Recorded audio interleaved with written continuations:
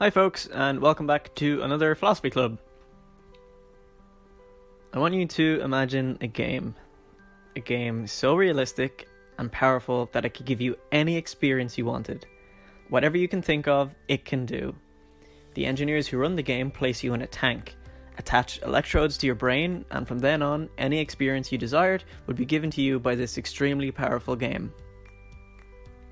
The only catch is that once you plug into the game, you cannot come out. Everything will feel 100% real while in the game, which is to say that once you plug in, you won't be aware of your life outside of the game. Think of it as the perfect virtual reality game. Any experience you could want could be brought up by a menu within the game. That sounds pretty good, right? Now the question for today is, do you plug in? Give a reason for your answer. If you would plug in, what would be the first 5 things that you would do? Let us know in the comments below. Robert Nozick, who came up with this thought experiment, listed a few reasons why he thought we shouldn't plug into the game. The first is that we want to actually do certain things, not just experience them. If we want to win a Grand Slam, we want to actually put in the hard work and know the satisfaction of what it means to actually win when we put in that hard work.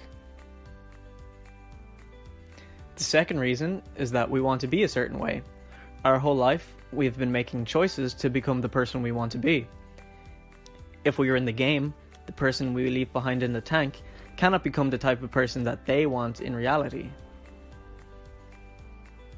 And the third reason, we will be limited by what we can imagine or desire rather than experiencing the random possibilities that life throws us. Nozick's main point, however, is that there is more to life than purely pleasurable or happy experiences. Sometimes non-pleasurable experiences and also downright sad experiences can also make up what it means to make life beautiful. But if Nozick's arguments don't work for you, here are a few quick responses.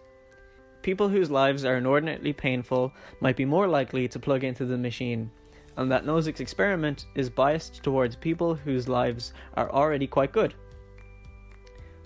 Another argument against Nozick's thought experiment is that think of the experiment the other way around. If you woke up in the tank with no memory of your life in the real world outside of the tank, and were offered the option to rejoin the game back to the life that you had created while in the game, would you? What do you think? Would you plug into the game now that you've heard the arguments for and against? Let us know in the comments. Thanks for watching, and we'll be back again next week for more Philosophy Club. Bye!